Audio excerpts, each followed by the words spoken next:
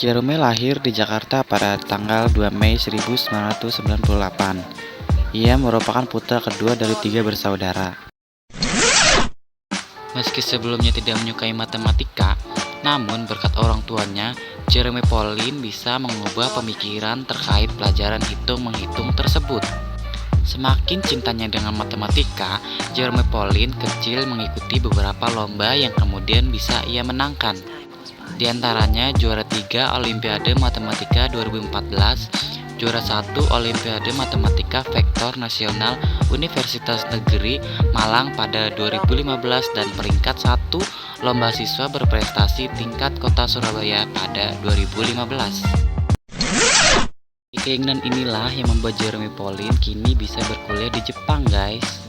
Awal pemikirannya yang hanya ingin bisa ke luar negeri membuat Jerome Pauline berusaha mendapatkan beasiswa untuk berkuliah di negara lain. Jerome Pauline berusaha mendapatkan beasiswa karena orang tuanya tidak mampu membiayai dirinya untuk berkuliah ke luar negeri, guys. Jerome Pauline menjadi terkenal dan dikenal oleh Gen Z juga milenial berkat video uniknya di YouTube, guys. Salah satunya ketika Jerome Pauline memberikan cara memakan onigiri dengan cara yang beda. Jerome Pauline menghitung luas onigiri yang dimakannya dengan rumus Pythagoras matematika, guys. Kini pengikutnya sudah mencapai 10 juta lebih subscriber. Waseda Boys mungkin sudah tidak asing bagi Anda yang sering menonton konten YouTube Nihongo Mantapu. Waseda Boys sendiri merupakan sebutan akrab untuk 4 orang sahabat yang bertemu di Waseda University, Jepang, yaitu Jerome Pauline, Yusuke Sakazaki, Jerome diketahui merupakan mahasiswa asal Indonesia yang kuliah di Waseda University setelah mendapat beasiswa di jurusan matematika. Kemudian, Tomo dan Otsuka sama-sama mengambil jurusan Communications and Computer Engineering. Sedangkan Yusuke berasal dari jurusan Teknik dan Sistem Elektro.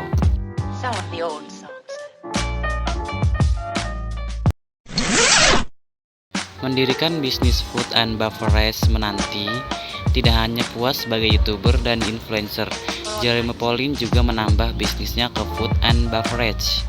Jerome bersama kakaknya Jaehyun berkolaborasi mendirikan bisnis teh kekinian yang diberi nama Menanti. Bisnis ini sendiri terwujud karena keisengan mereka menggabungkan teh dengan buah-buahan loh, guys. Pada tanggal 26 Maret 2022, Jerome lulus dari kuliah di Universitas Waseda setelah melaksanakan wisuda dan mendapatkan gelar Bachelor of Engineering atau Sarjana Teknik. Assalamualaikum warahmatullahi wabarakatuh. Saya Nadine Sulistia Pasya dari kelas 10 DKV akan membacakan biografi Raden Dewi Sartika. Raden Dewi Sartika adalah salah satu pejuang pembebasan wanita. Begitu pula Raden Ajeng Kartini, perempuan kelahiran 4 Desember tahun 1884 di Cicalengka, juga bercita-cita mengembangkan pendidikan perempuan. Dewi Sartika lahir dari pasangan Raden Somanegara dan Nyi Raden Ayu Raja Permas. Ayahnya adalah seorang pejuang kemerdekaan yang dibuang oleh pemerintah Hindia Belanda ke Pulau Ternate dan meninggal di sana. Orang tua Dewi Sartika bersikeras menyekolahkan Dewi Sartika ke sekolah Belanda, padahal hal itu melanggar adat istiadat. Sepeninggal ayahnya, ia diasuh oleh pamannya yang merupakan Patih Cicalengka.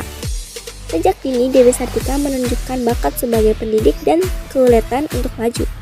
Sambil bermain di belakang gedung kepatihan, ia sering menjadi tutor untuk teman-teman perempuannya, mengajar literasi dan bahasa Belanda kepada anak-anak pendamping kepatihannya. Cita-cita Dewi Sartika dapat dilihat dalam esai berjudul The Inlandsche Frau Perempuan Bumi Putra. Ia berpendapat bahwa pendidikan penting bagi anak untuk memperoleh kekuatan dari kesehatan, baik jasmani maupun rohani, yang dalam bahasa Sunda disebut cager bager, budi, jasmani, perbuatan benar. Pada tahun 1908 ketika Dewi Sartika berusia 22 tahun menikah dengan Raden Kanderwan Aga Suryawinata, seorang guru sekolah Karang Pamulang. Dengan menikah dengan seorang guru laki-laki, Dewi Sartika mampu mengembangkan sekolahnya. Suami istri berjuang bersama untuk memajukan pendidikan wanita. Pada tahun 1910, sekolah istri diubah namanya menjadi Sekolah Pertama Istri. Subjek juga meningkat. memasak, menyetrika, mencuci, dan membatik termasuk dalam kurikulum.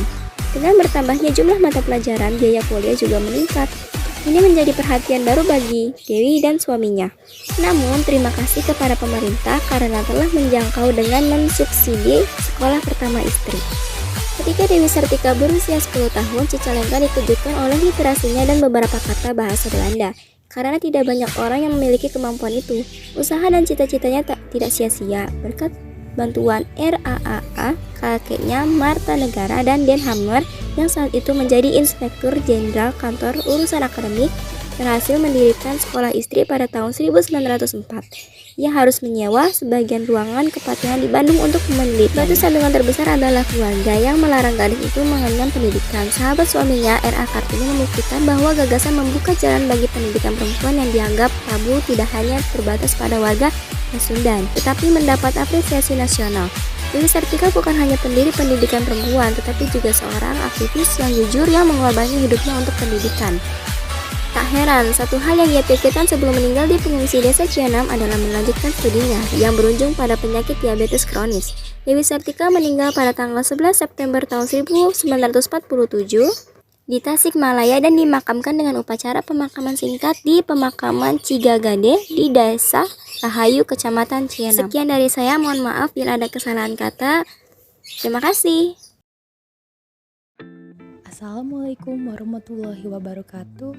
Saya Chelsea Agustina dari 10 DKV akan menjelaskan biografi tentang B.J. Habibie. Bahrudin Yusuf Habibie merupakan nama lengkap dari B.J. Habibie. Beliau lahir pada 25 Juni 1936 di kota Parepare, Sulawesi Selatan. Presiden ketiga Indonesia ini menempuh pendidikan SMA di SMAK Dago, Kota Bandung, Jawa Barat. Pada tahun 1954, kemudian ia melanjutkan pendidikannya di Institut Teknologi Bandung atau ITB. Jejak di ITB tidak lama, Habibie memutuskan mengikuti teman-temannya untuk melanjutkan pendidikan di Jerman. Berbeda dengan yang lainnya, ia tidak menggunakan beasiswa dari Menteri Pendidikan dan Kebudayaan untuk melanjutkan kuliahnya di Jerman, melainkan dengan menggunakan biaya sendiri dari ibunya yaitu Ratuti Marini Puspowardojo. Kemudian Habibie memilih jurusan teknik penerbangan dengan spesialisasi konstruksi pesawat terbang di Rhine-Westphalen, Aachen. Setelah kembali ke Indonesia, Habibie kemudian menjabat sebagai Menteri Negara Ristek atau Kepala BPPT selama 20 tahun. Dan beliau juga memimpin perusahaan BUMN Industri Strategi selama 10 tahun. Di tahun 1995, beliau berhasil memimpin proyek pesawat terbang yang diberi nama N250 Gatot-Kaca, di mana menjadi pesawat yang dibuat pertama oleh Indonesia. Pesawat yang dirancang oleh B.J. Habibie ini bukanlah pesawat yang dibuat secara asal-asalan, melainkan sudah dipikirkan dan didesain dengan ilmu yang dimiliki oleh B.J. Habibie. Pesawat ini diciptakan sudah bisa dibilang mampu terbang tanpa oleng berlebihan dengan teknologi canggih dan terdepan kala itu. Dan bahkan sudah dipersiapkan untuk terbang 30 tahun ke depan. Pesawat ini satu-satunya pesawat yang turboprop di dunia, di mana menggunakan teknologi fly-by-wire saat itu. Pesawat N25 Gatot-Kaca ini telah terbang hingga 900 jam dan selangkah lagi bisa masuk sertifikasi untuk Federal Aviation Administration. Habibie kala itu masih menjadi Menteri Riset dan Teknologi. Kemudian, beliau diangkat menjadi Wakil Presiden di tanggal 14 Maret 1998 untuk mendampingi Presiden Soeharto. Lalu Habibie berhenti menjabat pada tanggal 20 Oktober 1999. Cukup sekian pembacaan biografi dari saya, kurang lebihnya mohon maaf. Assalamualaikum warahmatullahi wabarakatuh.